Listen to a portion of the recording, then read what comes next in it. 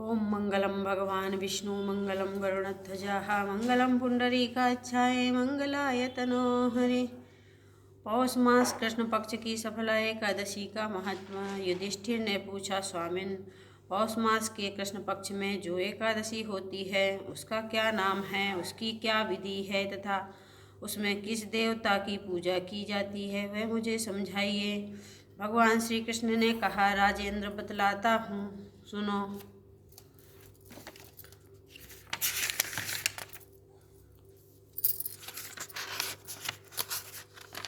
बड़ी बड़ी दक्षिणा वाले यज्ञों से भी मुझे जितना संतोष नहीं होता उतना एकादशी व्रत के अनुष्ठान से होता है। इसलिए सर्वथा प्रयत्न करके एकादशी का व्रत करना चाहिए। पौष मास के शुक्ल कृष्ण पक्ष में सफला नाम की एकादशी होती है। उस दिन पूर्वोक्त विधान से ही विधि पूर्वक भगवान नारायण की पूजा करनी चाहिए। एकादशी कल्याण करने वाली है, अतः इसका व्रत अवश्य करना उचित है।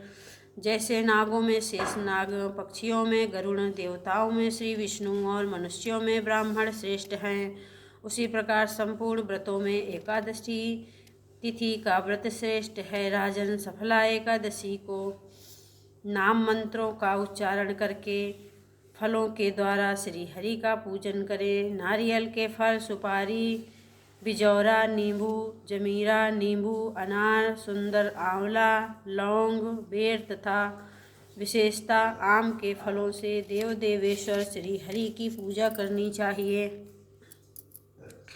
इसी प्रकार धूप दीप से भी भगवान की अर्चना करें। सफला एकादशी को विशेष रूप से दीपदान करने का विधान है। रात को वैष्णव पुरुषों के साथ जागरण करना चाहिए। जागरण करने वाले को जिस फल की प्राप्ति होती है वह हजारों वर्ष तपस्या करने से भी नहीं मिलता। नरश्रेष्ठ, अब सफला एकादशी की शुभ कारिणी कथा सुनो। चंपावती नाम से विख्यात एक पुरी है जो कभी राजा महिष्मति की राजधानी थी। राजर्षि महिष्मत के 5 पुत्र थे। उनमें से जो श्रेष्ठ था वह सदा पाप कर्म में ही लगा रहता था, पर स्त्रीगामी और वेश्यासक्त था। उसने पिता के धन को पाप कर्म में ही खर्च कर दिया था। वह सदा दुराचार परायण तथा ब्राह्मणों का निंदक था।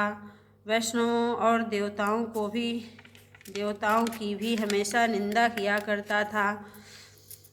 अपने पुत्र को ऐसा पापाचारी देखकर राजा महिष्मत ने राजकुमारों में उसका नाम लुम्भक रख दिया। फिर पिता और भाइयों ने मिलकर उसे राज्य से बाहर निकाल दिया। लुम्भक उस समय नगर से निकलकर गहन वन में चला गया। वहीं रहकर वह पापी ने प्रायः समूचे नगर का धन लूट लिया। एक दिन जब वह चोरी करने के लिए नगर में आया तो रात में पहरा देने वाले सिपाहियों ने उसे पकड़ लिया, किंतु जब उसने अपने को राजा महिष्मत का पुत्र बतलाया तो सिपाहियों ने उसे छोड़ दिया। फिर वह पापी वन में लौट आया और प्रतिदिन मांस तथा वृक्षों के फल खाकर जीवन निर्वाह करने लगा। उस दुष्ट का विश्राम स्थान पीपल वृक्ष के निकट था। वहाँ बहुत वर्षों का पुराना पीपल का वृक्ष था। उस वन में एक वृक्ष एक महान देवता माना जाता था। पाप बुद्धि लुम्भक वहीं रहता था।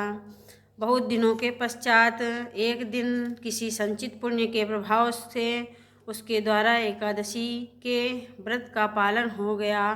पौष मास में कृष्ण पक्ष की दशमी के दिन पापिष्ट लुम्भक ने वृक्षों के फल खाए और वस्त्रहीन होने के कारण रात भर जाड़े का कष्ट भोगा।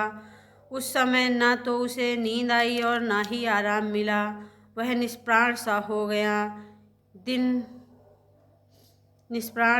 गया। सूर्योदय होने पर भी उस पापी को होश नहीं हुआ। सफला एकादशी के दिन भी लुम्भक बेहोश पड़ा रहा। दोपहर होने पर उसे चेतना प्राप्त हुई।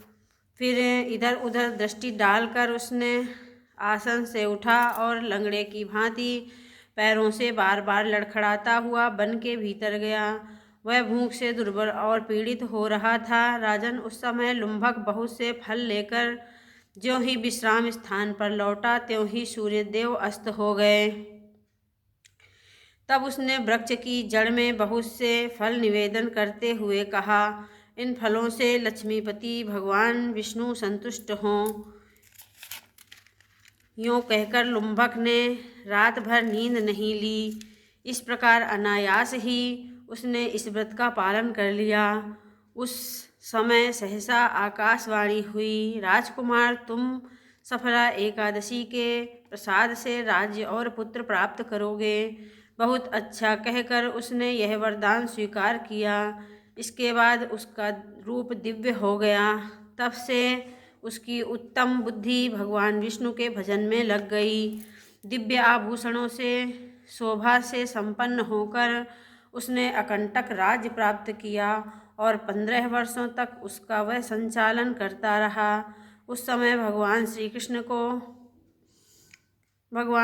कृष्ण की कृपा से उसके मनोज्ञ नामक पुत्र उत्पन्न हुआ। वह बड़ा हुआ तब लुम्भक ने तुरंत ही राज्य की ममता छोड़कर उसे पुत्र को सौंप दिया और वह भगवान श्री कृष्ण के पास चला गया।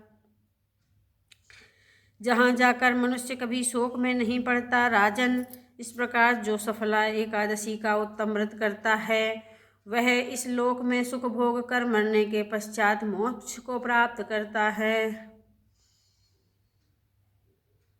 संसार में वे मनुष्य धन्य हैं जो सफला एकादशी के व्रत में लगे रहते हैं। उन्हीं का जन्म सफल है महाराज।